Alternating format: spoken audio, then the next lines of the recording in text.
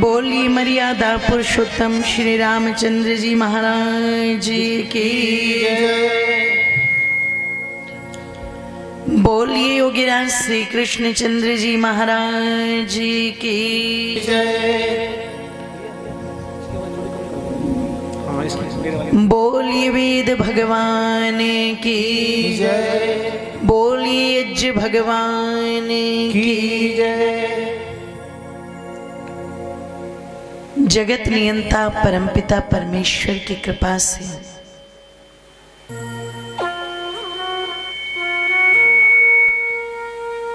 ये पवित्र पावन जो आश्रम का स्थान है,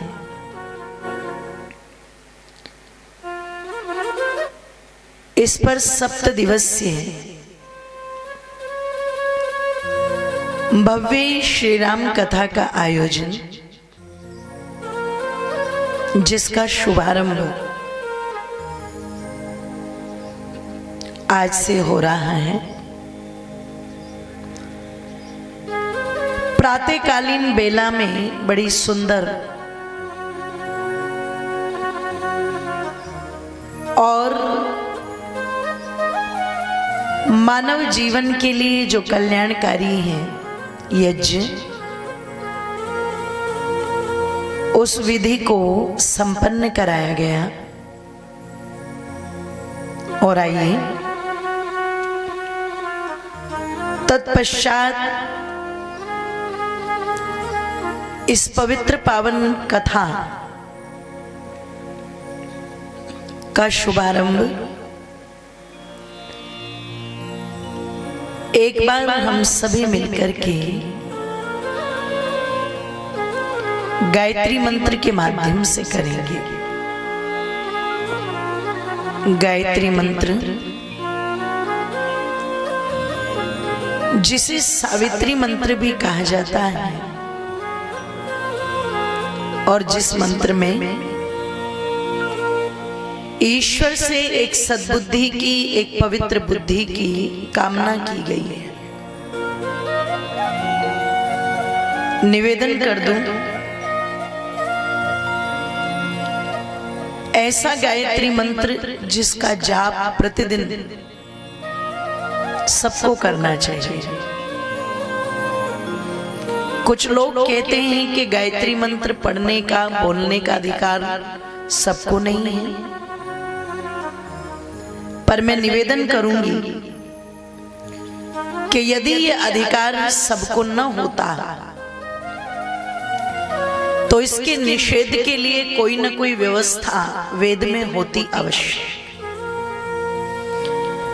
20,000 पौने 400 मंत्र हैं वेद में। कोई तो एक मंत्र ऐसा होता जिसमें ये संकेत मिलता कि इसको सब नहीं पढ़ सकते। ऐसा कोई संकेत तो वेदों में नहीं मिला कि गायत्री मंत्र सब नहीं बोल सकते, लेकिन हाँ, इस प्रकार के संकेत जरूर मिलते हैं कि यथेमं वाचम कल्याणी मावदानी जनेभ्यः, कि ये जो परमपिता परमेश्वर की कल्याणमयी वाणी है, ये संपूर्ण प्राणी मात्र के लिए है। तो आइए, जो संपूर्ण प्राणी मात्र का कल्याण करे, ऐसी वाणी का उपयोग, सदुपयोग जब तब बारंबार करना चाहिए। आइए मिलकर के हम सब एक बार पवित्र पावन गायत्री मंत्र का उच्चारण करेंगे। सभी बोलें, सभी से प्रार्थना है।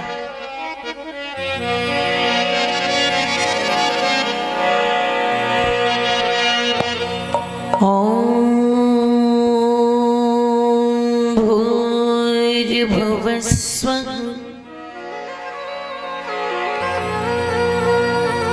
तत्सवितुर्वरेण्यं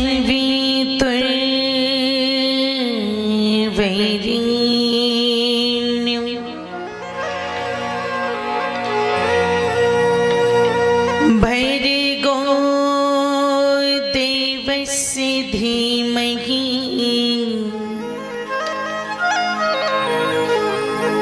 धियो यो नः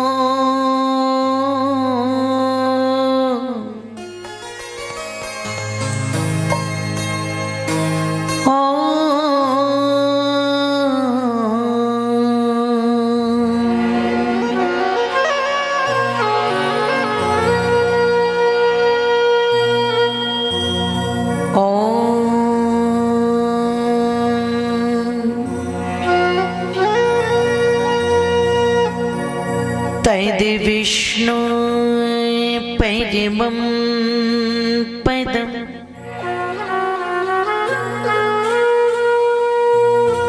सदा पश्यन्ति सूरयः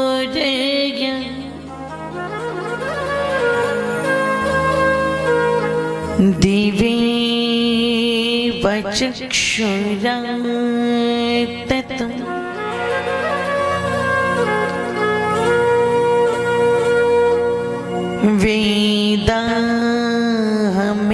वेदाहमेतं पुरुषं महन्तं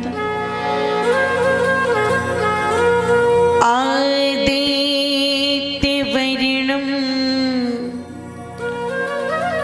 तमसा परस्तात्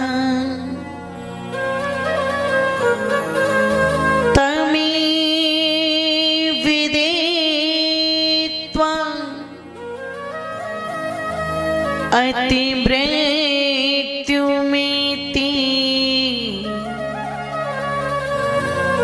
नान्या पंथा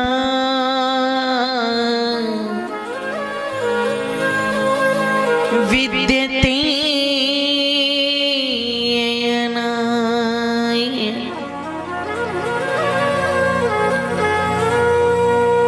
नमस्ते सती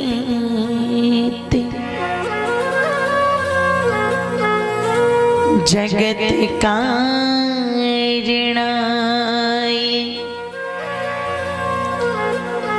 नमस्ते चिते सर्व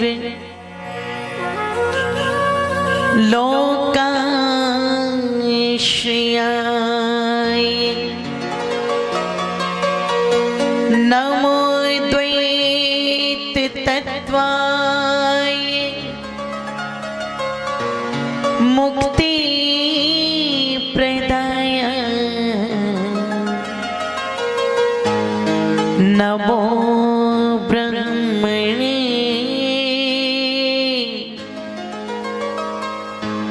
व्यापिने शाश्वताय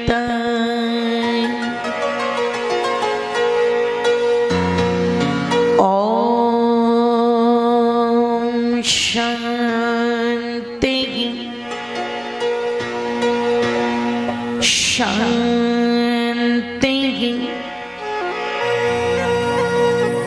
शांति।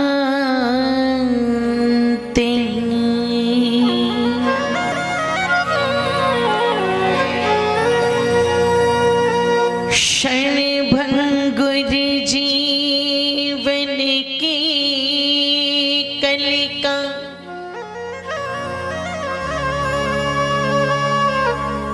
कलि प्रात को जाने खिली ना खिली मलिया गिर की शुचि शीतल मंदिर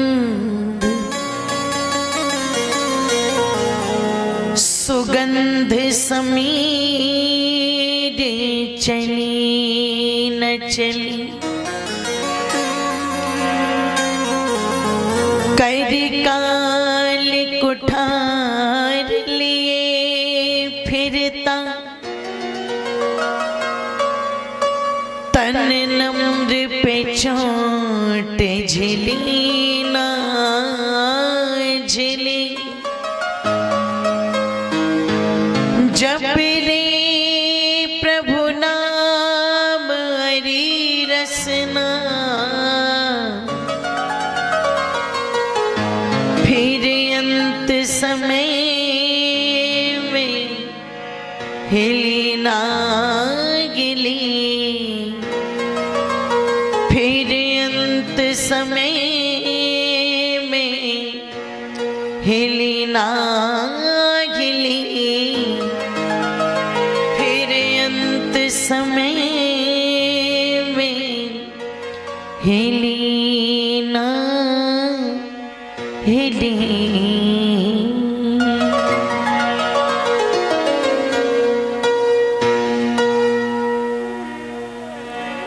कि वो थोड़ा सा भाग्यहीन,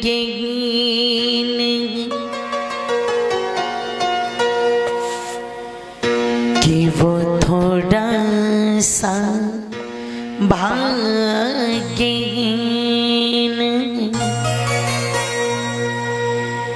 जिसके घर संतान नहीं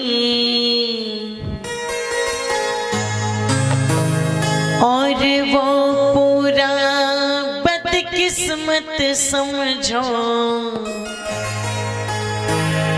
याद जिसे भगवान की वो थोड़ा सा भाग्यहीन है, वो थोड़ा सा भाग्यहीन है, जिसके घर संतान नहीं वो पूरा बदकिस्मत समझो, या जिसे भगवान की वो थोड़ा सा भाग्यहीन है, जिसके घर संतान नहीं वो पूरा बदकिस्मत समझो, या जिसे भगवान नहीं वो थोड़ा सा भाग्यहीन है।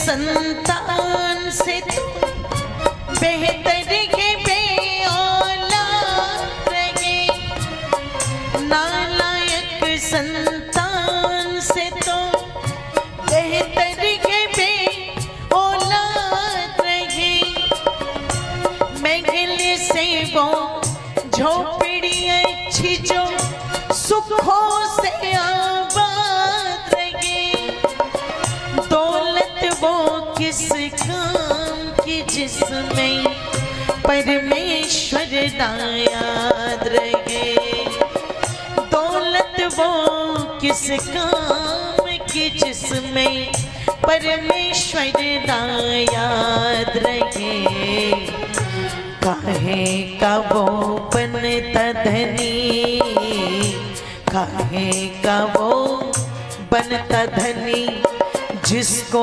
निर्धन का ध्यान नहीं, वो पूरा बदकिस्मत समझो, या जिसे भगवान नहीं, वो थोड़ा सा भाग्यहीन है, जिसके घर संतान नहीं, वो पूरा बदकिस्मत समझो, या जिसे भगवान नहीं, वो थोड़ा सा भाग्यहीन है, जिसके घर संतान नहीं, वो पूरा बदकिस्मत समझो, या जिसे भगवान नहीं, वो थोड़ा सा भाग्यहीन है।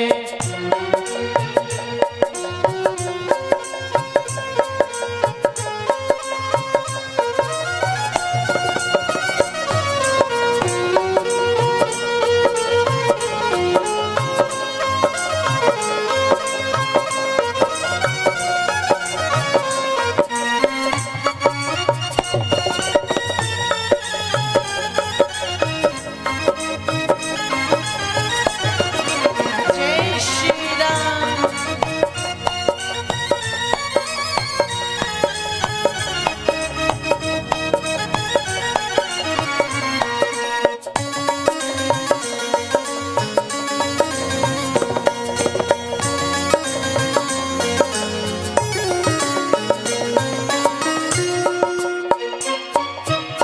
सरित सूरत प्यार मोहब्बत एक ही जागी नहीं, सरित सूरत प्यार मोहब्बत एक ही जागी नहीं, जिसके पास में इज्जत है कोई उससे बड़ा अमीर नहीं, सोना है वो दिल जिसमें मजलूमों की तस्वीर नहीं, सोना है वो दिल जिसमें मजलूमों की तस्वीर नहीं, बेईमान कहे लाए वो, बेईमान कहे लाए वो, जिसका कोई धर्म ईमान नहीं, वो पूरा बदकिस्मत समझो, या जिसे भगवान नहीं, वो थोड़ा सा भाग्यहीन है, जिसके घर संतान नहीं, वो पूरा बदकिस्मत समझो, या जिसे भगवान नहीं, वो थोड़ा सा भाग्यहीन है।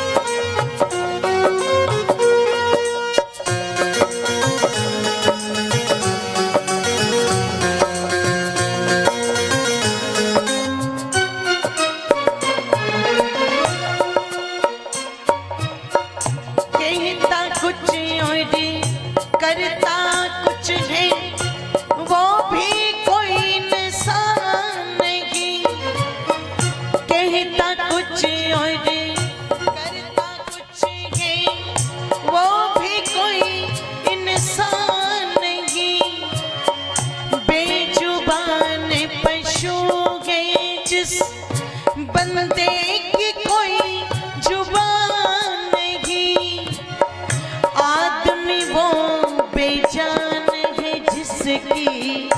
किसी बात में जान नहीं, आदमी वो बेजान है जिसकी किसी बात में जान नहीं। होते हुए जो दान करे ना, होते हुए जो दान करे ना, वो भी कम नादान नहीं। वो पूरा बदकिस्मत समझो या जिसे भगवान नहीं। वो थोड़ा सा भाग्यहीन है जिसके घर संतान नहीं।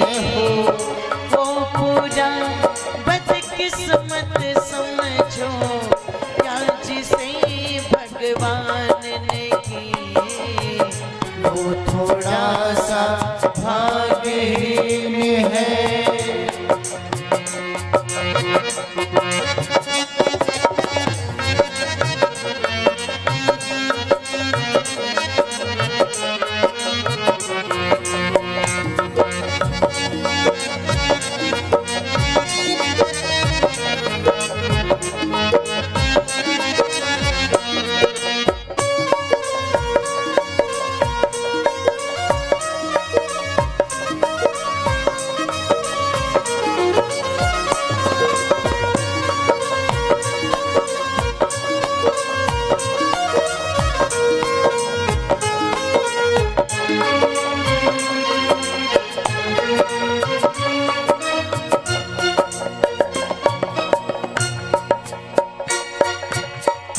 जिसके पास में धन और बच्चे वैभव के सामान ये, जिसके पास में धन और बच्चे वैभव के सामान ये, भाग्यहीन है थोड़ा वो ज्यादा उसका नुकसान ये।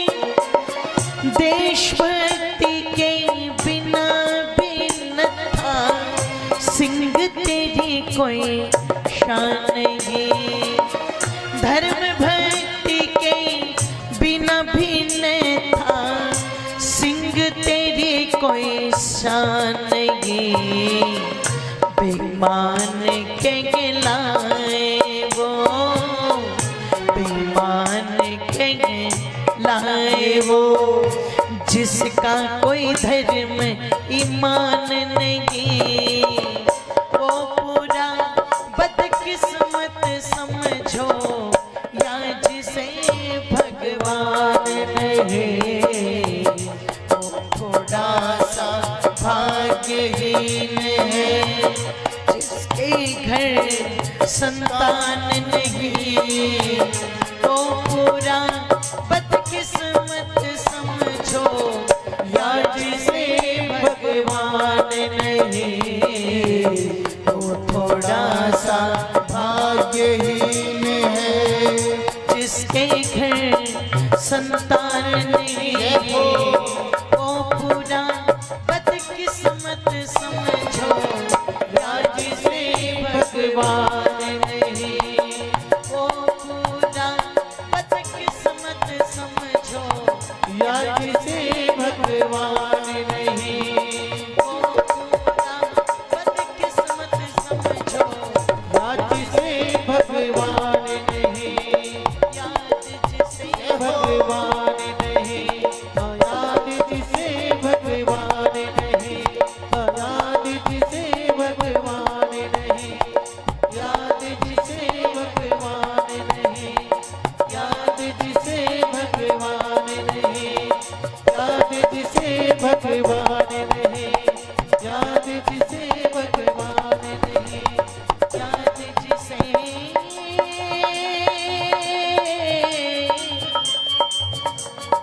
भगवान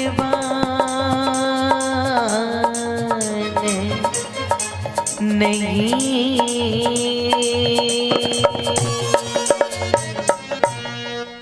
बोलिए सत्य सनातन वैदिक धर्म की जय। बोली मर्यादा पुरुषोत्तम श्री रामचंद्र जी महाराज की जय। बोली बजरंगबली हनुमान जी महाराज की जय। बोली यज्ञ भगवान की जय। बोली वेद भगवान की जय। बोली। आइए एक पवित्र पावन संकल्प के साथ, एक पवित्र विचार के साथ इस पवित्र पावन कथा का शुभारंभ आप लोगों के मध्य में मैं करने जा रही हूं। उससे पहले हमारे मध्य में विद्यमान है आदरणीय श्री बलबीर जी। मैं उनका धन्यवाद करती हूं क्योंकि बड़ी महत्वपूर्ण भूमिका उन्होंने निभाई है। उन्हीं की बराबर में बैठे आदरणीय हमारे भ्राता जी, नाम थोड़ा सा विस्मृत हो रहा है, सत्यवीर जी, उनका भी धन्यवाद करती हूं और आप सभी की गरिमामयी उपस्थिति को नमन करती हूं, प्रणाम करती हूं। निवेदन कर दूं, यजुर्वेद के 40वें अध्याय का दूसरा मंत्र है, कुर्वन्नवेहि कर्माणि जिजीविषेच्छतं समः एवै त्वयि नान्यथेतोऽस्ति न कर्म लिप्यते नरः। बहुत ध्यान से सुनना और आप लोग यदि पीछे से उठ के थोड़ा सा आगे आगे आ जाओ तो और अच्छा रहेगा। अच्छा, जैसे ही मैंने ये कहा ना पीछे से उठ के आगे आ जाओ तो सब पीछे की तरफ ही देखने लगे। आ जाइए थोड़ा सा आगे आइए।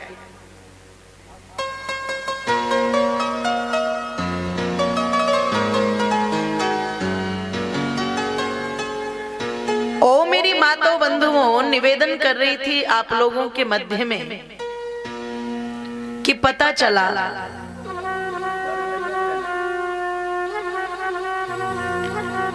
ये जो मंत्र आया है यजुर्वेद के 40वें अध्याय का दूसरा मंत्र, जिसमें प्रार्थना की गई कुर्वन्नवेहि कर्माणि जिजीविषेच्छतं समः। कल्याणमयी वेदवाणी मनुष्य को संदेश कर रही है कि संसार के मनुष्यों, इस संसार में जब तक जियो कर्म करते हुए जियो। मैं भूमिका बना रही हूं, आप जुड़ने की कोशिश करना।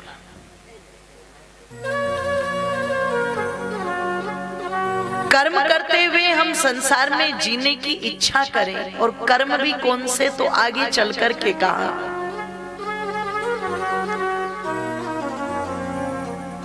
कि यदि कर्म भी करने हैं तो कौन से कर्म किए जाए, वो कर्म किए जाए जो हमें बंधनों में बांधने वाले ना हो, अपितु बंधन से छुड़ाने वाले। तो बंधुओं, निर्णय किया कि कौन से कर्म हैं जो बंधन में बांधने वाले हैं और कौन से कर्म हैं जो बंधन से छुड़ाने वाले हैं। तो क्या कहा, सकाम, जिसमें कामना जुड़ जाए, इच्छा जुड़ जाए, किसके लिए, अपने लिए, अपने परिवार के। ऐसे जो कर्म हैं वो कर्म मनुष्य को हमेशा बंधन में बांधने का काम करते हैं। और दूसरी तरफ कहा निष्काम, अर्थात निस्वार्थ, जिसका भाव ही है इदं न मम, परमात्मा मेरे लिए नहीं, सबके लिए, सबका कल्याण, सबका भला। इस प्रकार के जो कार्य हैं, कहा वो निष्काम कर्म है, निश्चित बंधनों से छुड़ाने वाले। अब ये जो कथा का विचार है, ये संकल्प है जिसको आज से कई महीने पहले भरतपुर में निर्णय ले लिया गया। तो इसमें किसी व्यक्ति का स्वार्थ नहीं जुड़ा हुआ है। ध्यान रखिएगा, अगर स्वार्थ होता तो 2-4 व्यक्ति कहते जी मैं अपने परिवार में ही कराऊंगा, बस और किसी को लाभ नहीं पहुंचाऊंगा, मेरी वाई होनी चाहिए।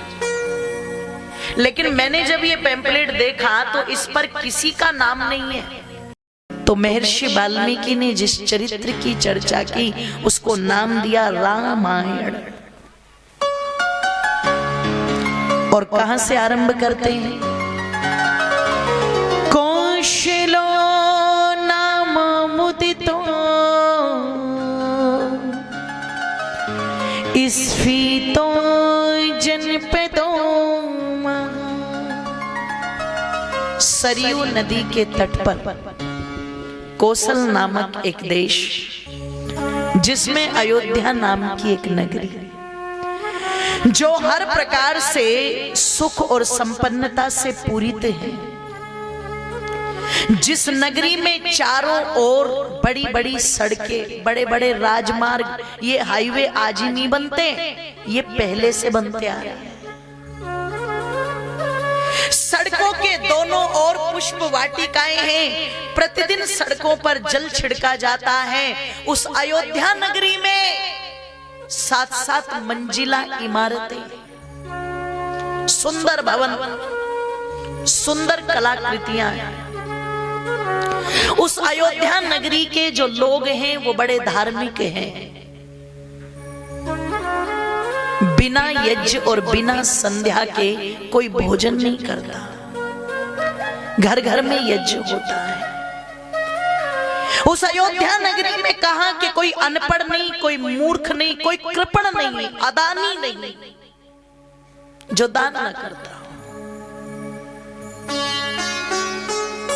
और कहा कि लोग इतने ईमानदार हैं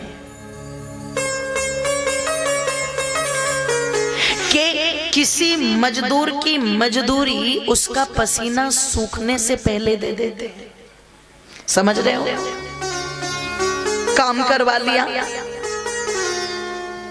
और वो गरीब व्यक्ति, वो मजदूर जिसका घर उसी मजदूरी से चल रहा है,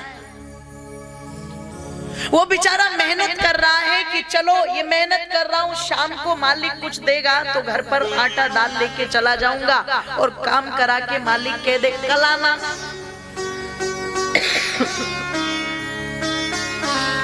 तो उसका तो सारा व्यवस्था बिगड़ गई कि नहीं बिगड़ गई?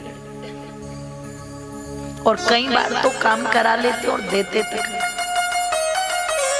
तो का नहीं। अयोध्या नगरी में जो व्यक्ति मजदूरी कर रहा है, उसकी मजदूरी पसीना सूखने से पहले उसके हाथ पर, और मजदूरी में भी क्या देते हैं? सोने का सिक्का।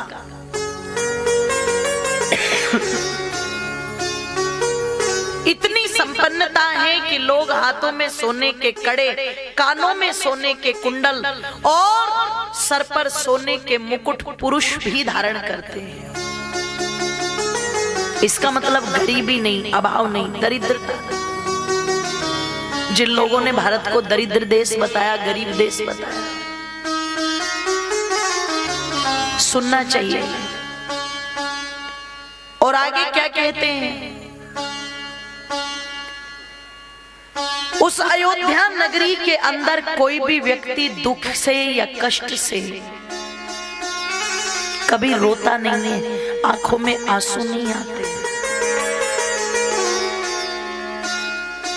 ऐसी उस पवित्र पावन अयोध्या नगरी, जिसको स्वयं भू मनु ने बसाया था, उस पर राज करने वाले कौन है? महाराज दशरथ, जो महर्षि मनु की 34वीं पीढ़ी में आते हैं, जो अत्यंत धर्मात्मा हैं, जिनके कुल पुरोहित महर्षि वशिष्ठ हैं, और जाबाली जी, मार्कंडे जी, कश्यप जी, कात्यायन जी जैसे विद्वान जिनकी सभाओं की शोभा बढ़ाते हैं।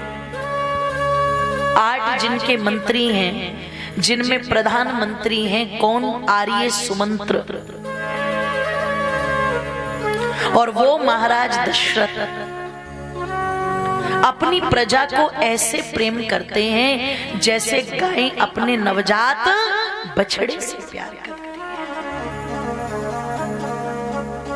लिखते हैं महर्षि वाल्मीकि, हर प्रकार से सुख संपन्नता से पूरित वो अयोध्या नगरी किसी स्वर्ग नगरी की भांति प्रतीत होती है। वैसे तो उस नगरी में किसी को कोई कष्ट नहीं है, लेकिन हाँ, यदि कोई कष्ट है तो वो केवल और केवल किसको है जी? महाराज दशरथ को। कष्ट क्या है? वेद के विपरीत जाकर के, ध्यान से सुनना, वेद के अनुकूल नहीं लिखा। चले ही उपंत वेद मग छाड़े, जो वेद के मार्ग को छोड़ दे वो तो ये मानो कुपथ पर चल रहा है। तो क्या कहा? वेद के विपरीत जाकर के महाराज दशरथ तीन विवाह कर चुके हैं। सबसे प्रथम रानी कौशल देश की, जो आज छत्तीसगढ़ है, माता कौशल्या वहां की थी। कौशल देश की महारानी कौशल्या उनकी सबसे ज्येष्ठ रानी। दूसरी राजा अश्वपति की पुत्री, बड़ी वीरांगना, बड़ी बुद्धिमान, कौन? कैकेयी देश की रहने वाली कैकेयी। और तीसरी सौमित्र देश की रहने वाली सौमित्रा। तीन विवाह महाराज दशरथ कर चुके हैं, लेकिन किसी संतान की प्राप्ति नहीं हुई। एक दिन अपने कुल पुरोहित वशिष्ठ के पास बैठे महाराज दशरथ और माताओं बंधुओं चर्चा कर रहे हैं। भगवान, ऐसा लगता है कि मेरे वंश में मेरी कुल बेल को बढ़ाने वाला कोई उत्पन्न ही नहीं होगा। वेद के विपरीत जाकर के मैं तीन विवाह कर चुका हूं, लेकिन उसके पश्चात भी मुझे किसी संतान की प्राप्ति नहीं हुई। यही मेरे कष्ट का, यही मेरे दुख का सबसे बड़ा कारण है। पता नहीं ईश्वर ये इच्छा पूर्ण करेगा कि नहीं करेगा। अब सुनना जरा ध्यान से, ओ मेरी माताओं बंधु, जब ये बात कह रहे हैं कौन? महाराज दशरथ। तो महर्षि वशिष्ठ कहते हैं, अब तो मुझे ऐसा लगता है राजन, एक ही उपाय बचा है। नान्या पंथा वेद्यते अनाए, और कोई दूसरा रास्ता नहीं है। अब तो एक ही उपाय है, और वो क्या? कि पुत्रेष्ठी यज्ञ करो। पुत्रेष्ठी यज्ञ। तो क्या कहते हैं राजन? हे वशिष्ठ जी, अगर पुत्रेष्ठी यज्ञ ही मुझे संतान दे सकता है तो फिर कराओ, देर किस बात की है? आप तो आदेश करो, करना क्या है? महर्षि वशिष्ठ कहते हैं, राजन, हर एक विषय का अपना अपना विद्वान हो। निवेदन कर रही थी आप लोगों के मध्य में, महाराज दशरथ को कहते हैं महर्षि वशिष्ठ, हर एक विषय का अपना अपना विद्वान होता है। जिन जिन विद्याओं को मैं जानता हूं उनमें मैं विद्वान हूं, पर पुत्रेष्ठी यज्ञ कराना सबके बस की बात। जोर से बोलो, अब ध्यान से सुनना। क्या कहते हैं महर्षि वशिष्ठ? इस यज्ञ को वही करा सकता है जो आयुर्वेद को पूरी तरह से जानता हो, क्योंकि अग्नि में आहुति दे करके और खीर खा करके संतान पैदा हो जाती, तो फिर लोगों को वैद्यों के पास जाने की क्या आवश्यकता था? है जी? पर ध्यान रखना, बताने वाले बता देते हैं, बोले जी यज्ञ करा दिया और राम जी पैदा हो गए। ऐसे कैसे पैदा हो गए? पूरा का पूरा आयुर्वेद विज्ञान था। और यहाँ दोष महाराज दशरथ में भी था, जो संतान उत्पन्न करने में निवेदन कर दूं सहायक नहीं थे। तो उन शारीरिक कर्मियों को दूर कौन कर सकता था? जो हर प्रकार से आयुर्वेद को, जोर से बोलो, जानता हूं, उन औषधियों को जानता हूं। तो क्या कहते हैं महर्षि वशिष्ठ? ये मैं नहीं करा पाऊंगा। इसको कराने के लिए तो इस समय संपूर्ण आर्यावर्त में अगर आयुर्वेद के सबसे बड़े विद्वान कोई है तो वो ऋषि श्रृंग हैं। श्रृंगी ऋषि को लाना पड़ेगा। अगर वो इस यज्ञ को करा दे तो मुझे पूर्ण विश्वास है आपको संतान की प्राप्ति हो जाएगी, क्योंकि उनका कराया गया पुत्रेष्ठी यज्ञ आज तक कहीं भी विफल। तो महाराज दशरथ बोले तो मैं अपने दूतों को भेज दूं लेने। तो महर्षि वशिष्ठ कहते हैं संतान की आवश्यकता तुम्हें है या दूतों को है? भाई जिसका काम उसी को साजे। तो कहा राजन तुम ये मत सोचो कि वो कोई ऐसे ही बाबा जी होंगे और दूत भेजोगे आ जाओगे ना। अलग तरह के सन्यासी हैं। तुम जाओ और गारंटी भी नहीं है कि तुम जाओगे तो तब भी आ जाए, तब भी मिन्नतें करनी पड़ेगी, तब तो हो सकता है तैयार। राजा दशरथ कहते मुनिवर कोई बात नहीं।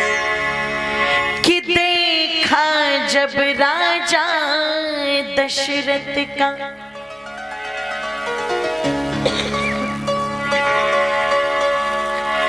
कि देखा जब राजा दशरथ का विचलित सा व्यवहार, हे राजन करो पुत्रेष्ठी यज्ञ, बोले मुनि पुकार, चलो चल करके जाए ऋषि श्रृंगी को लाए, चलो चल करके जाए ऋषि श्रृंगी को लाए। दोनों हाथों को खोल दीजिए एक साथ, सभी के सभी तालियां बजाएंगे। देखो दो दो लाभ होते हैं तालियां बजाने के। एक तो शरीर की पूरी नस नाड़ियां खुल जाती है और रक्त का प्रवाह बड़ा तेज हो जाता है, इसलिए दोनों हाथों को उठा करके तालियां बजाएंगे। देखा जब राजा दशरथ का, देखा जब राजा दशरथ का विचलित सा व्यवहार, हे राजन करो पुत्रेष्ठी यज्ञ, बोले मुनि पुकार, चलो चल करके जाए ऋषि श्रृंगी को लाए, चलो चल करके जाए ऋषि श्रृंगी को लाए, ओ चलो चल करके जाए ऋषि श्रृंगी को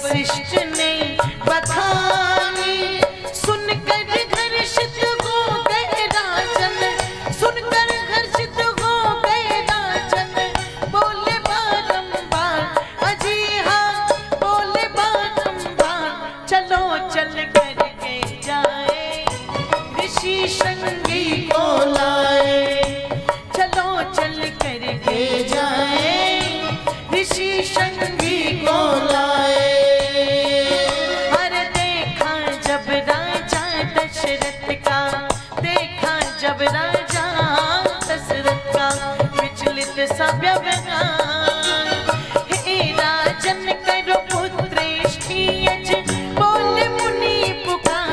चलो चल करके जाए, ऋषि संगी को लाए। चलो चल करके जाए, ऋषि संगी को लाए। दोनों हाथों को उठा करके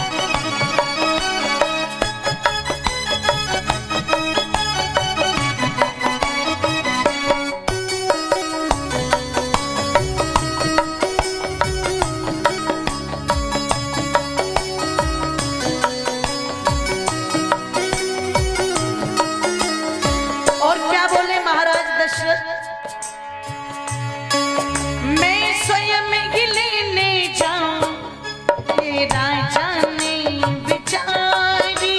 मैं स्वयं ही लेने जाऊं, ये राजा ने विचारी। भर कर मन में श्रद्धा कि चलने की तैयारी। भर कर मन में श्रद्धा कि चलने की तैयारी। पत्नी सहित मुनि को लेकर के, पत्नी सहित मुनि को लेकर के आ गए अपने द्वार। अजी हाँ आ गए अपने द्वार।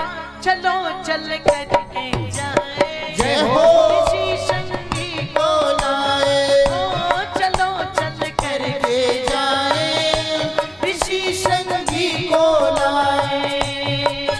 अरे देखा जब राजा दशरथ ने, देखा जब राजा दशरथ का विचलित सा व्यवहार। हे राजन करो पुत्रेष्टि यज, बोले मुनि पुकार। चलो चल करके जाए, ऋषि संगी को लाए। चलो चल करके जाए, ऋषि संगी को लाए।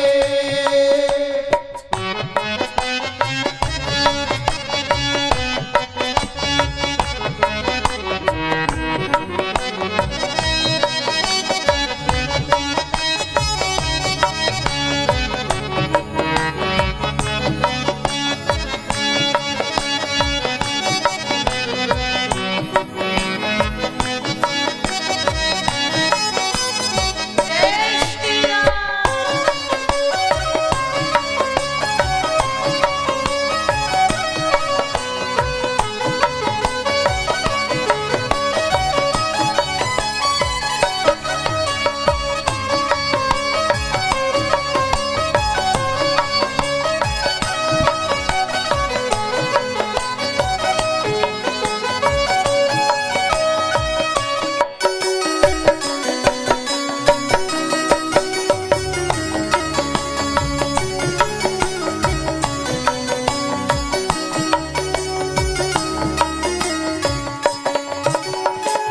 कहते हैं महाराज दशरथ जब श्रृंगी ऋषि के आश्रम में पहुंचे तो ओ मेरी माताओं बंधुओं कहा जाता है। आश्रम में प्रवेश किया तो सामने ही श्रृंगी ऋषि जी को पाया। उनके चेहरे पर जो ओज था, जो तेज था, उसे देखते रह गए महाराज दशरथ। और कहते हैं फिर क्या देखा, उन्हीं की बराबर में रोमपाद जी बैठे हुए हैं जो महाराज दशरथ के मित्र थे। और अपने मित्र को देख करके महाराज दशरथ बड़े प्रसन्न हुए। क्यों? क्योंकि महर्षि वशिष्ठ ने डरा दिया था इतनी आसानी से नहीं आएंगे। पर जब अपने मित्र को बैठे हुए देखा तो दशरथ जी ने कहा पहले तो याचना मैं ही करूंगा कि मेरे यज्ञ को करा दो, और अगर इन्होंने मेरी बात न मानी तो मैं अपने मित्र से फिर कहलवा दूंगा। होता ना किसी की सिफारिश लगवाना, तो इनकी बात तो मानी जाएंगी जब इनके इतने नजदीक है। तो यही हुआ। दशरथ जी ने रोमपाद जी को कहा, रोमपाद जी ने श्रृंगी ऋषि को मना लिया और मना करके अपनी धर्मपत्नी माता शांता सहित कहते हैं अयोध्या आ गए। तीनों रानियां बड़ी प्रसन्न हुई। तीनों रानियों ने भी महाराज का उत्साह बढ़ाया और कहते हैं ओ मेरी माताओं क्या किया, निवेदन कर दूं कुछ औषधियां। कुछ औषधियां श्रृंगी ऋषि जी ने पहले तो महाराज दशरथ को दी, तीनों रानियों को दी। वो उपचार चला और जब वो उपचार चला और श्रृंगी ऋषि जी को ये लग गया कि अब उत्तम समय है पुत्र यज्ञ कराने के लिए, तो आदेश दिया राजन ध्यान रखना, सरयू नदी के तट पर यज्ञशाला बनवाओ, ऐसा ऐसा इतने परिमाण में यज्ञ कुंड बनवाओ,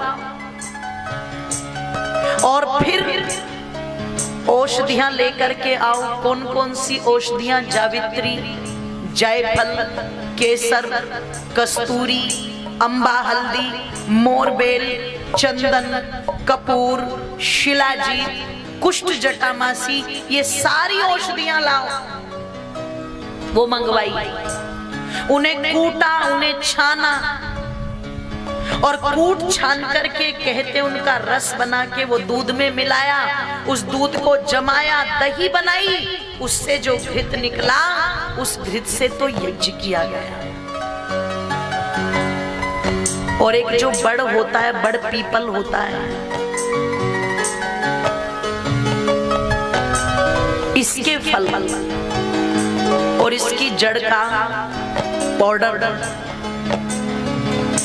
कहते एक औषधि उससे बनाई गई जो संतान उत्पन्न करने में सबसे ज्यादा सहायक है, और कुछ औषधियां मेरी माताओं ऐसी थी जिनको मिलाकर के खीर तैयार की गई। ये पूरा का पूरा पुत्र यज्ञ का एक विधि विधान था। और क्या कहा, इस यज्ञ में किसी जीव को भी कोई कष्ट नहीं होना चाहिए, तभी ये सात्विक यज्ञ पूर्ण होगा। पूरी सावधानी के साथ महाराज दशरथ ने आदेश किया, सब व्यवस्थाएं जुटाई गई और क्या किया गया? तालियां खोल दीजिए, दोनों हाथों को उठा करके एक साथ।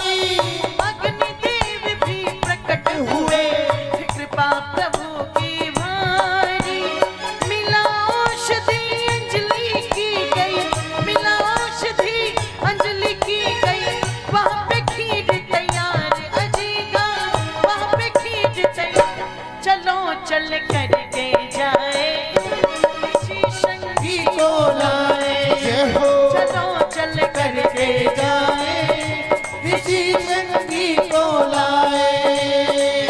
अरे देखा जब राजा दशरथ का, देखा जब राजा दशरथ का व्यवहार, हे राजन करो पुत्रेष्ठि यज, बोले मुनि पुकार, चलो चल करके के जाए, ऋषि संगी को लाए, चलो चल करके जाए, ऋषि संगी को लाए। चलो चल करके जाए, ऋषि संगी को लाए, चलो चल करके जाए, ऋषि संगी को लाए, चलो चल करके जाए, ऋषि संगी को लाए, ऋषि संगी संगी को लाए, ऋषि संगी को लाए, ऋषि संगी संगी को लाए। ऋषि संगी को लाए। बोलिए यज्ञ नारायण भगवान की, बोलिए वेद भगवान की। ओ मेरी माताओं बंधुओं, निवेदन कर दूं, कहा जाता है उत्तिष्ठत ब्रह्मणस्पते देवान यज्ञेन बोधया, आयु प्राणम प्रजाम पशुम कीर्तिम यजमानम च वर्धया।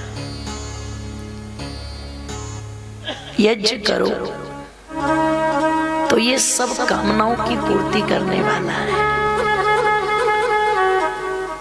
करने वाले को विधि और विधान का पता होना चाहिए और उसमें श्रद्धा होनी चाहिए, तो निश्चित ये यज्ञ जीवन का कल्याण करता है। महाराज दशरथ ने भी शंग मुनि के अनुसार जो जो कहा वो किया। अत्यंत श्रद्धा निष्ठा के साथ यज्ञ कहते हैं करना आरंभ किया। मैं निवेदन कर दूं, अग्नि की लपटें धू धू करके ऊपर उठ रही थी। और एक चीज याद रखना, अगर आपके यज्ञ कुंड में धुआं उठ रहा है, अग्नि ठीक प्रकार से नहीं जल रही, तो वो यज्ञ सफल यज्ञ नहीं माना जाता। पर जिस यज्ञ कुंड में प्रचंड अग्नि जलती है, आपने हवि दी और तुरंत अग्नि ने स्वीकार कर ली, उस यज्ञ को ही सफल यज्ञ मानना। कहते अग्नि प्रचंड थी, आहुतियां दी जा रही थी, और जब यज्ञ पूर्ण हुआ तो कहते हैं वो खीर जो उस यज्ञ में रखी गई थी, उस खीर के पात्र को श्रृंगी ऋषि जी ने महाराज दशरथ को दिया और क्या कहा, अपनी तीनों रानियों में ये खीर बराबर बराबर बांट दो। महाराज दशरथ ने 3 भाग किए और बराबर बराबर बांट दी। अब जरा ध्यान से सुनना माताओं, जब तीनों रानियों पर खीर आ गई तो जो बड़ी रानी है माता कौशल्या, उनका स्वभाव क्या है, मोग वन्नम विंदते अप्रचेता सत्यम ब्रवीमि, वदै सदस्य नारी मणम पुष्यतीनो सखायम केवलागो भवती केवलादि। उनका स्वभाव क्या है, वो अकेली कभी कुछ नहीं खाती। माताओं स्वभाव क्या है माता कौशल्या का, मिल बांट करके खाती है। अच्छा, ये स्वभाव हमारे परिवारों में भी होना चाहिए कि नहीं होना चाहिए? बोलो बोलो। घर में कोई चीज आई तो सबसे पहले चाहिए जो घर के बड़े बूढ़े हैं उनके सामने उस चीज को रखो। बहू है तो सास को दिखाए, माँ ये चीज आई। बड़ों का हृदय इतना विशाल होता है, वो अपने आप नहीं खाएंगे, क्या कहेंगे, बेटी सबको बांट दे। जब तक ये परंपरा परिवार में है, सोचना उन्नति हमेशा दरवाजे से अंदर आने को तैयार रहती है। और जहां तुम्हारे मन में ख्याल आ गया कि पति कुछ लेके आया और पत्नी को कहा देख मैं ये लाया हूं, तो पत्नी क्या कहती, चुपचाप ले जाओ कमरे में, शोर मत मचाओ।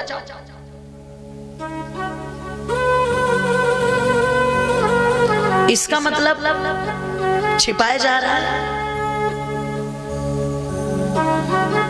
छिपाया जा रहा है। तो दरिद्रता आपके दरवाजे पर खड़ी रहती है अंदर आने के लिए। ओ मेरी माताओं बंधुओं,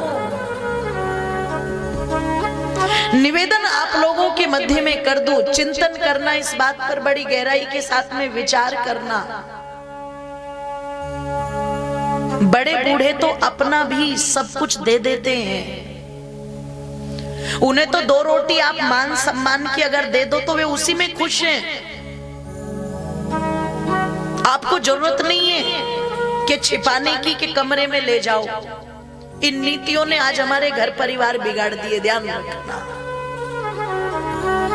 ये जो दरार आती है ना दिल में और विचारों में, ये आंगन की दीवारों को जन्म देती है, दीवारें खिंचवाती हैं।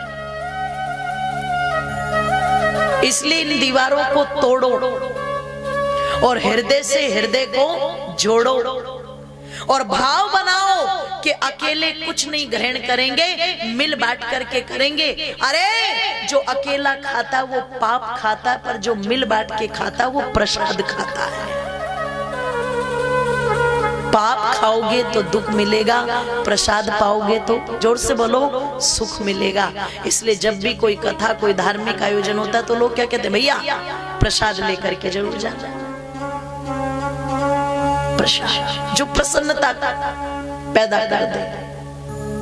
ओ मेरी माताओं, चिंतन करना, विचार करना। कौशल्या जी का स्वभाव है वो मिल बांट के खाती। अच्छा, इतनी समझदार, इतनी धैर्यवान, इतनी प्यार प्रेम से भरी हुई है कि अपनी खीर में से थोड़ा सा भाग निकाला और तुरंत किसको दे दिया, सुमित्रा को दे दिया, क्योंकि छोटी है सबसे। तो कहते ना खरबूजे को देख के खरबूजा रंग बदलता है। जब कौशल्या जी ने अपना प्यार सुमित्रा पर उमेड़ा तो कैकेयी जी सोचती है मैं पीछे क्यों रहूं।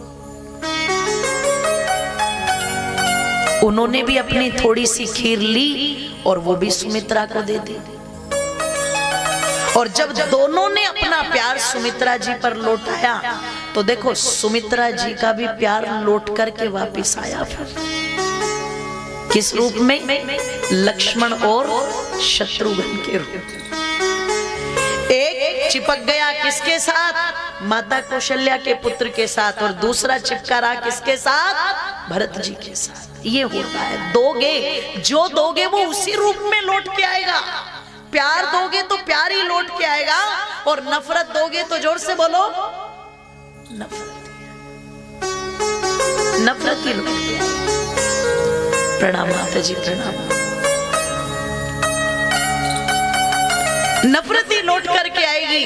इसलिए मैं निवेदन कर दूं, इतना प्यार, इतना स्नेह बना करके रखो जो सबको सुखी करने वाला हो। अच्छा, तीनों रानियों में प्रेम होगा तभी तो महाराज दशरथ सुख पूर्वक रह पाए होंगे और यज्ञ कर पाए होंगे। क्यों जी? और अगर तीनों रानियों में खींचतान रहती तो महाराज दशरथ को तो बोलो कहां से कोई कार्य सफल हो जाता। ओ मेरी माताओं, वे तीनों की तीनों रानियां व्रती रानियां हैं।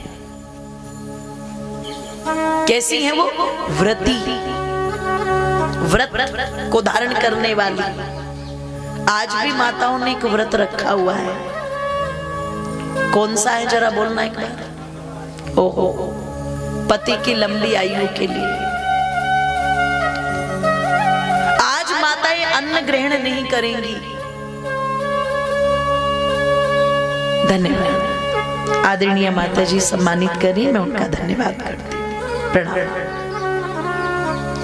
बोलिए जय श्री राम, जय जय श्री राम। आज भी माताओं ने एक व्रत धारण किया हुआ है पति की लंबी आयु के लिए, लंबी आयु की कामना करने के लिए। मुझे कोई दिक्कत नहीं, कोई परेशानी नहीं, पर मुझे थोड़ा सा दुख तब होता है एक दिन अन्न छोड़ करके तो आयु बढ़ा रही है। पर साल के 364 दिन पति की आज्ञा का पालन न करके बताओ आयु घटेगी कि बढ़ेगी? आज तो इतना ज्यादा प्रेम उड़ेल देंगी कि बेचारा थका हारा पति अगर घर पर पहुंचा तो क्या कहेगी, चलो छत पर। और पति कहेगा, देवी छत पे क्यों ले जा रही हो? बोले बस आज तो मैं तुम्हारा छलनी में मुंह देख करके ही रोटी खाऊंगी। अब बताओ छलनी में तो उसका मुंह ऐसा नजर आएगा जैसे इसको चेचक हो गए है जी। अच्छा, ये जितनी हमारी बड़ी माताएं बैठी हैं, आपने भी छलनी में मुंह देखा था क्या बाबूजी का? नहीं ना, ये नाटक वालों ने चलाए। ये जब से हमारे घरों में टीवी पर नाटक चलने लगे, हमारे घर की महिलाएं नाटक निश्चित पति की लंबी आयु पत्नी कर सकती है और पति भी पत्नी की लंबी आयु कर सकता है, पर वो केवल एक दिन भोजन छोड़ने से नहीं होगी। जो पत्नी पति के साथ मधुर व्यवहार रखती हो, पति की आज्ञा का पालन करती हो, पति के अनुकूल व्यवहार करती हो और अपने पति पर ही सद आचरण सदाचार व्यवहार से ये मान करके कि मेरा पति मेरे लिए दुनिया का सबसे सुंदर पुरुष है,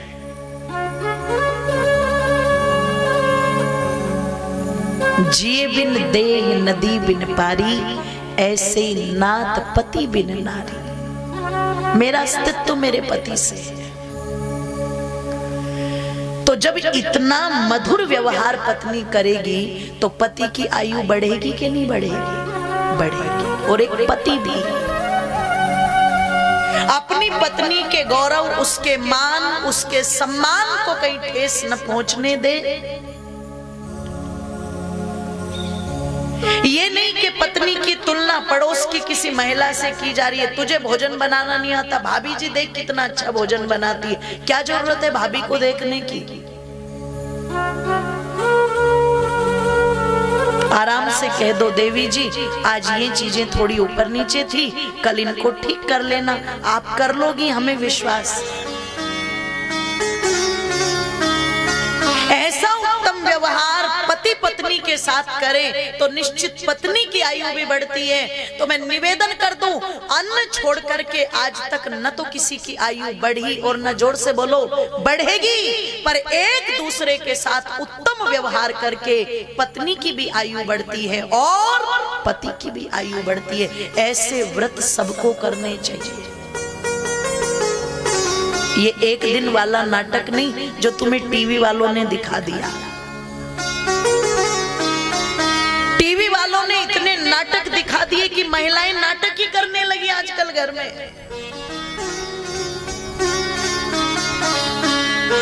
इन नाटकों को देख देख करके पति की एक महीने की कमाई एक दिन में खर्च करवा दी होगी आज एक दिन में। बताओ उसकी उम्र बढ़ेगी या वो रोएगा बैठ के बेचारा? साड़ी लाओ और ये लाओ और ये करो और ये करो। इसलिए शायद आज महिलाएं कम है। निवेदन कर दूं आप लोगों के मध्य में, हम सच्चे व्रतों के करने वाले बने, हम झूठे व्रतों के करने वाले न बने। अरे महाराज दशरथ की तीनों रानियां व्रतों को करने वाली हैं, वो झूठे व्रत नहीं करती, वो बोलो सच्चे व्रत करती है। इसलिए तीनों बड़े प्यार से रहते और कहते हैं मिल बांट करके सब कुछ करती हैं। इसलिए वो खीर जो महाराज दशरथ ने बराबर बराबर दी, उस खीर को भी तीनों ने मिल बांट करके खाया। और मेरी माताओं कहते हैं खा करके बड़ी प्रसन्न हुई। कुछ दिनों के पश्चात ये सूचना आई महाराज दशरथ के कानों तक कि प्रभु कृपा से उनकी तीनों की तीनों रानियां गर्भवती हैं। बोलिए यज्ञ नारायण भगवान की जय। कहते हैं जब तीनों तीनों रानियां गर्भवती हैं। तो अब श्रृंगी ऋषि विदा लेना चाहते हैं, पर विदा लेने से पहले तीनों रानियों को एक उपदेश करते हैं, सुनो।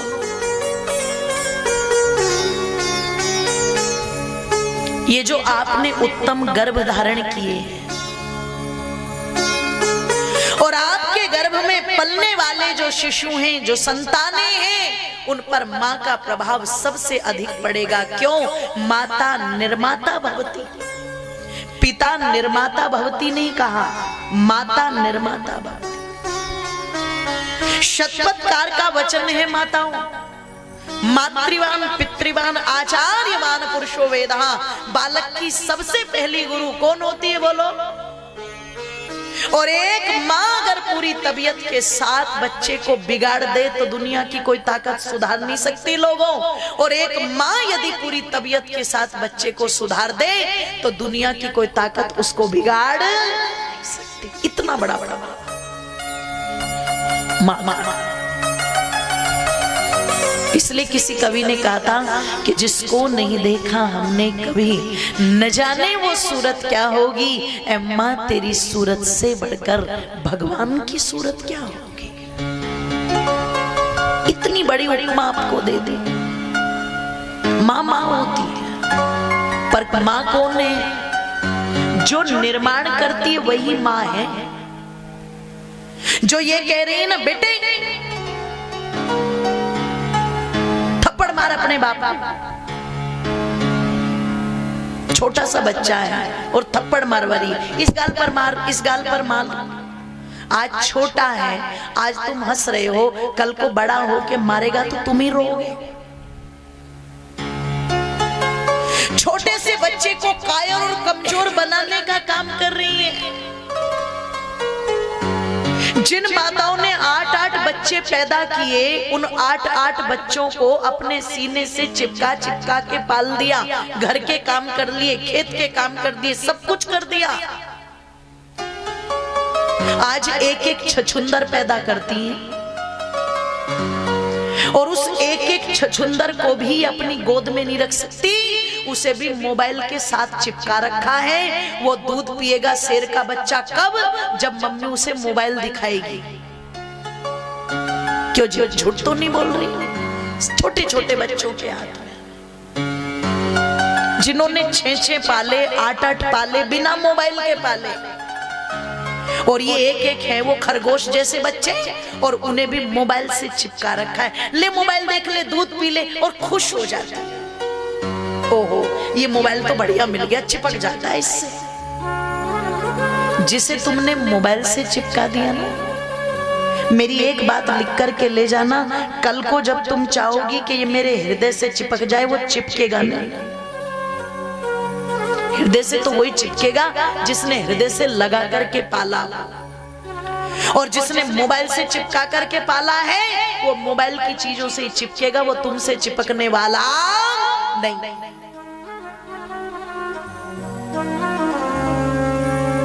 आज छोटे छोटे बच्चों की बुद्धि भ्रष्ट कर रहे हैं। अभी 3 दिन पहले ही मुझे पता लगा, हमारे एक जानकार बता रहे थे, एक बच्चा मोबाइल चला चला करके उसका दिमाग इतना हैंग हो गया, इतना हैंग हो गया कि वो बच्चा मेरी माताओं मानसिक रूप से पागल हो गया। डॉक्टर इलाज कर रहे हैं पर उसका कोई इलाज नहीं पाया, क्योंकि ऐसी कोई गोली नहीं बनी ना जो मोबाइल की तरंगों को मस्तिष्क से निकाल दे, जो इतनी घातक है। और चिपका रखे हैं बच्चे मोबाइल से। क्या तुम्हारी लोरियों में ताकत नहीं रही, या तुम्हारी गोद में वो प्रभाव नहीं रहा? अरे माँ की गोद तो ध्यान रखना, जहां बच्चा सबसे ज्यादा सुख पाता है। घर में दादी कितना प्यार करे, दादा कितना प्यार करे, पिता कितना प्यार करे, चाचा कितना प्यार करे, पर जरा सा बच्चे को चोट लग जाए तो तुरंत किसकी तरफ दौड़ेगा बोलो? माँ की तरफ दौड़ेगा बच्चा। जिस माँ की गोद इतनी प्रभावशाली और उसे मोबाइल का सहारा लेना पड़ रहा है। एक एक बच्चे पर भी ये शर्म की बात है, सोचने वाली बात है। वो मां नहीं हो सकती, बच्चे को लिटा करके खुद लगी पड़ी है मोबाइल में, बच्चे को लिटा करके खुद लगी पड़ी है टीवी में, और टीवी पर क्या देख रही है? नचकइयों के ठुमके देख रही है।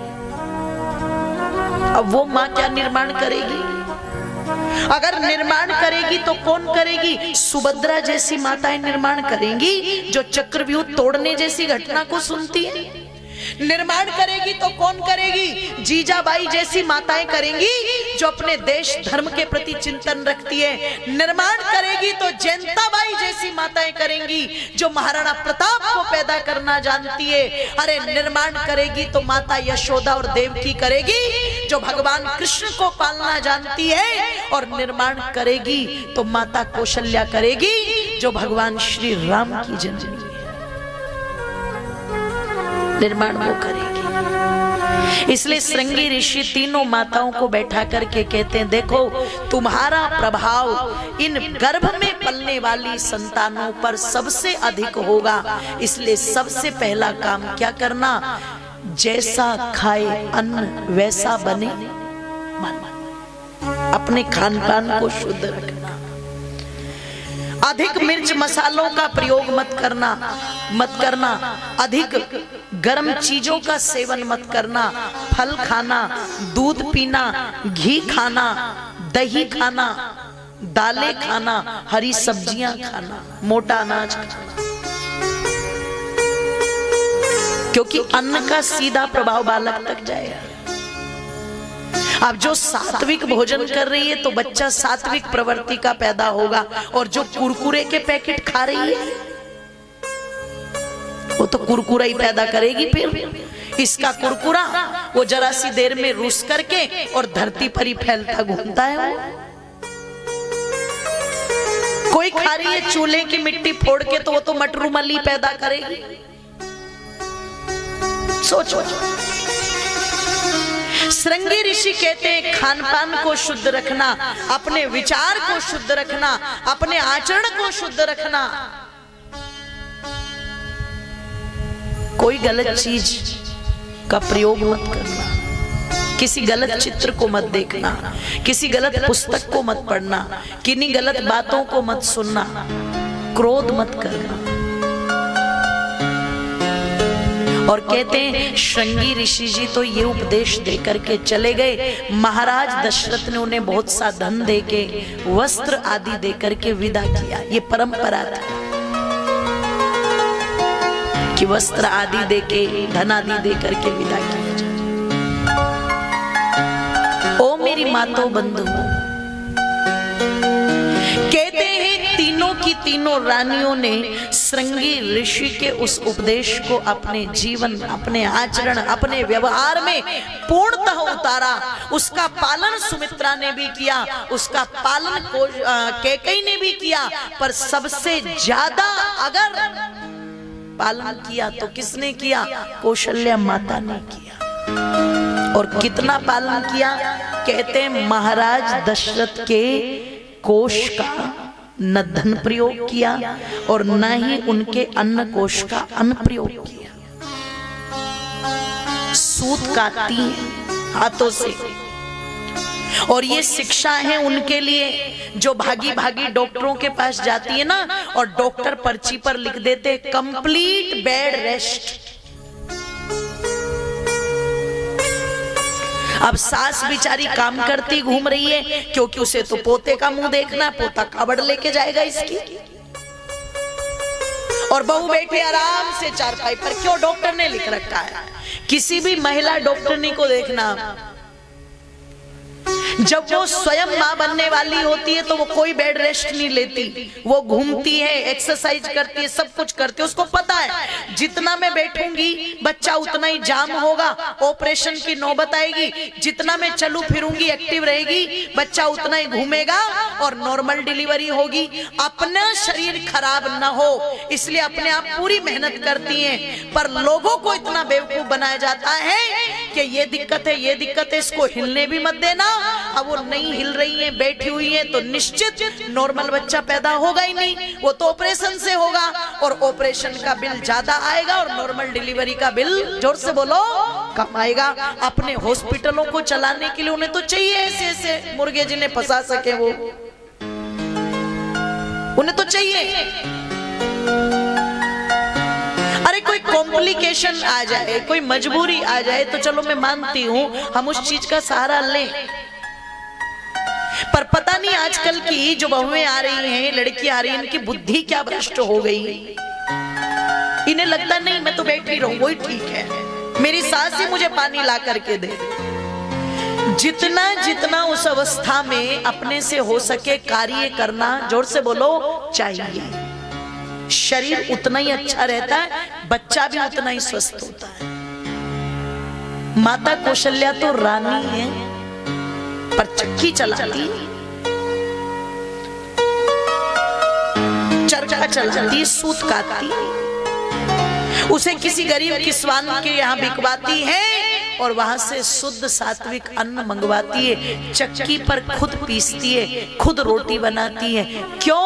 मैं निकम्मी, आलसी, निठल्ली संतान नहीं चाहती, मैं कर्मठ संतान चाहती हूँ, मैं पुरुषार्थी श्यामतन चाहती हूँ, इसलिए मैं उसी अन्न से अपनी संतान को पैदा करूंगी। ये संकल्प है एक माँ का।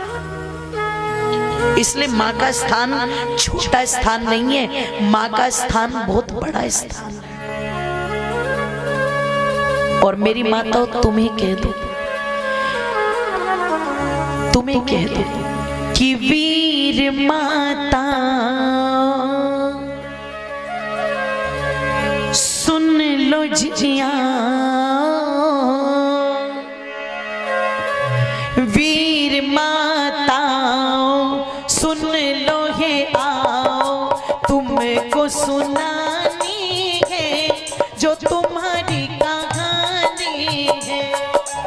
वीर माता सुन लो हे आओ, वीर माता सुन लो हे आओ, तुमको सुनानी है जो तुम्हारी कहानी है, तुमको सुनानी है जो तुम्हारी कहानी है। ढोलक के बेस की आवाज बढ़ाओ भैया, ढोलक की आवाज ठीक नहीं आ रही है। दोनों हाथों को खोल दीजिए एक साथ सभी के सभी।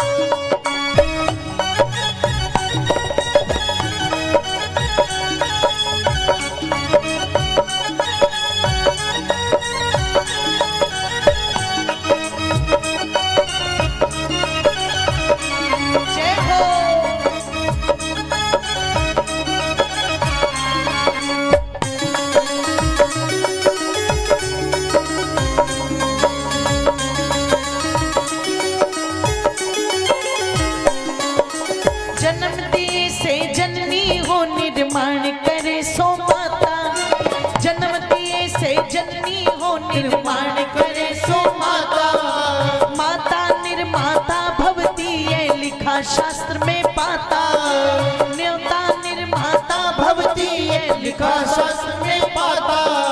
जन्मती से जननी हो निर्माण करे सो माता, माता निर्माता भवती ये लिखा शास्त्र में पाता।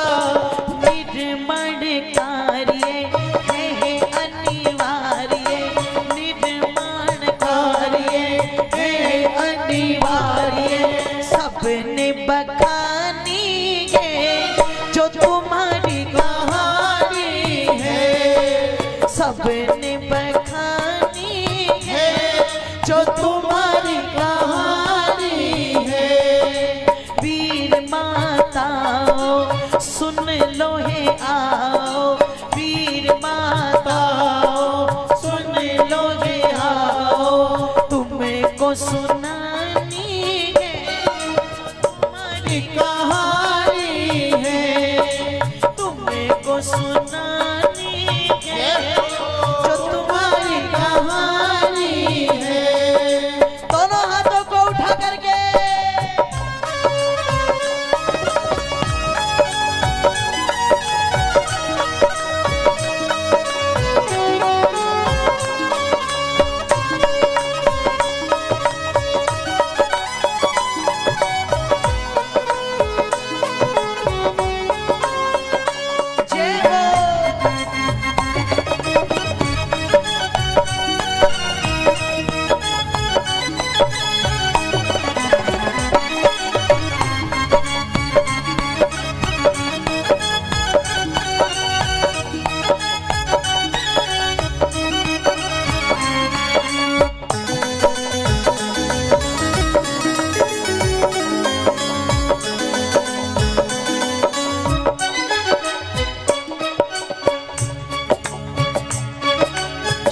शकुंतला ने भरत को घूटी जब पिलाई देखो, शकुंतला ने भरत को घूटी अजब पिलाई देखो, मदालसा ने मन चाही संतान बनाई देखो, मदालसा ने मन चाही संतान बनाई देखो, शकुंतला ने भरत को घूटी जब पिलाई देखो, मदालसा ने मन चाही संतान बनाई देखो।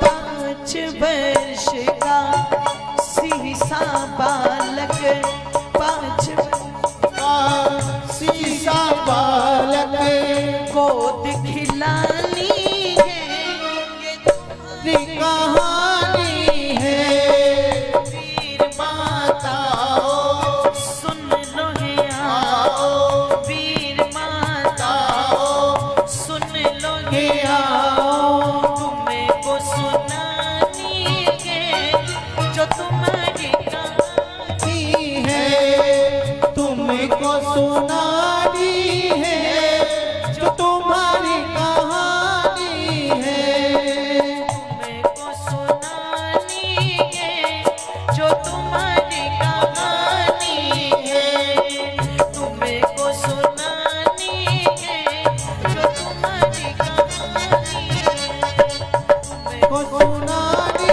है जो तुम्हारी कहानी है, तुमको सुनानी है तुम्हारी कहानी है, तुमको सुनानी है तुम्हारी कहानी है, तुमको सुनानी है तुम्हारी कहानी है, तुमको सुनानी है जो तुम्हारी कहानी है।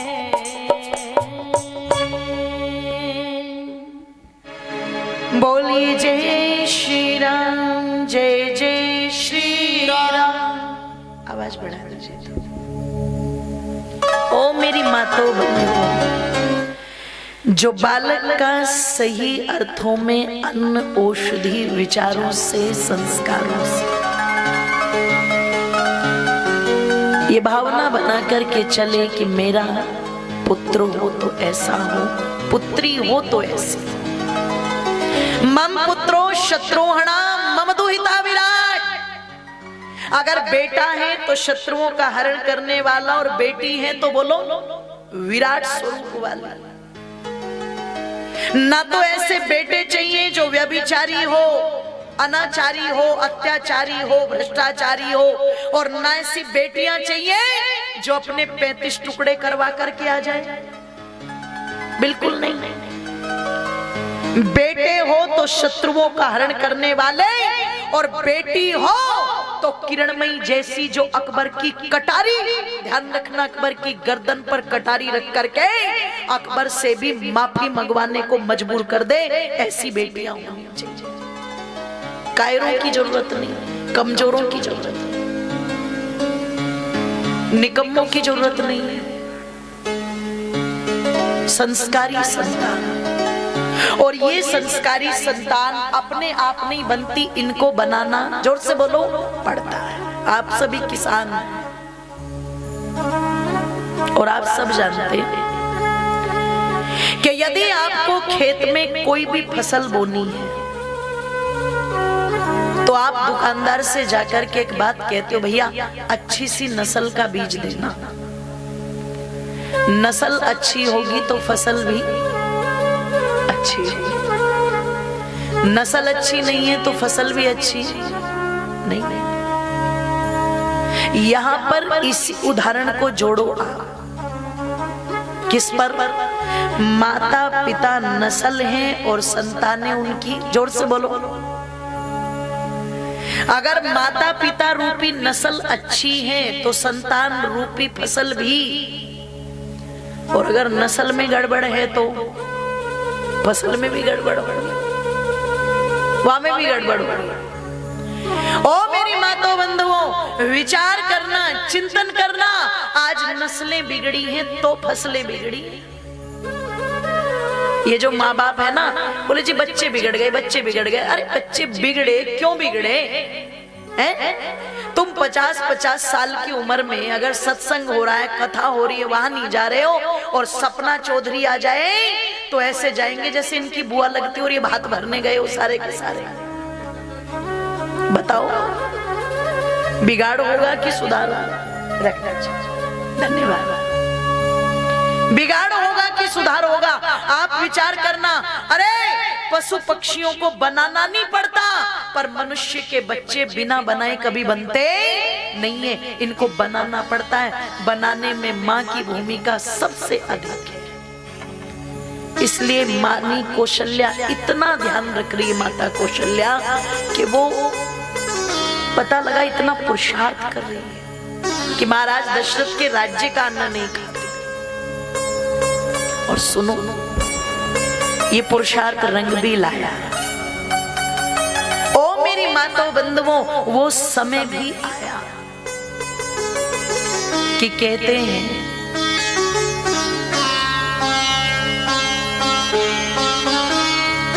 कि तो यज्ञ समाप्ते तो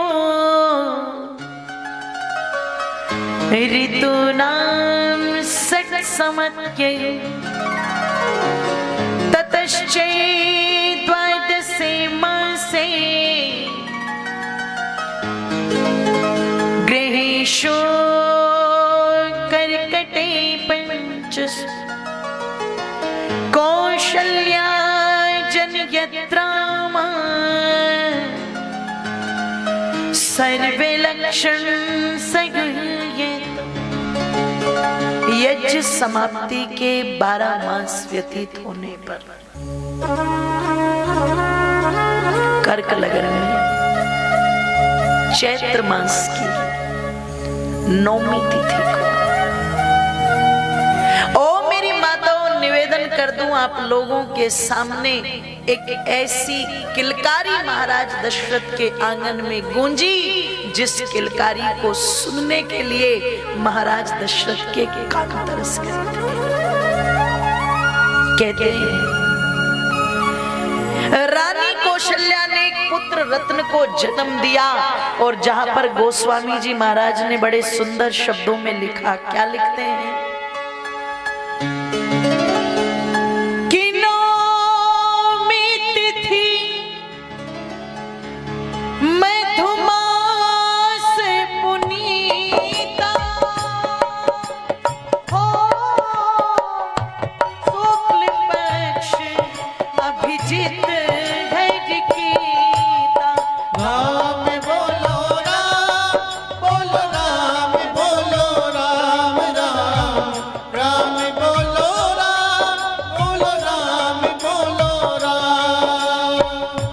मध्य तवस अति शीत न धामा हो पावन लोक काले विश्रामा। राम बोलो राम, बोलो राम, बोलो राम, राम राम बोलो राम, बोलो राम, बोलो राम, बोलो राम, बोलो राम। बोलिए जय श्री राम, जय जय श्री राम। इस चैत्र मास की 9वीं तिथि को जो हुआ उसकी चर्चा हम कल करेंगे।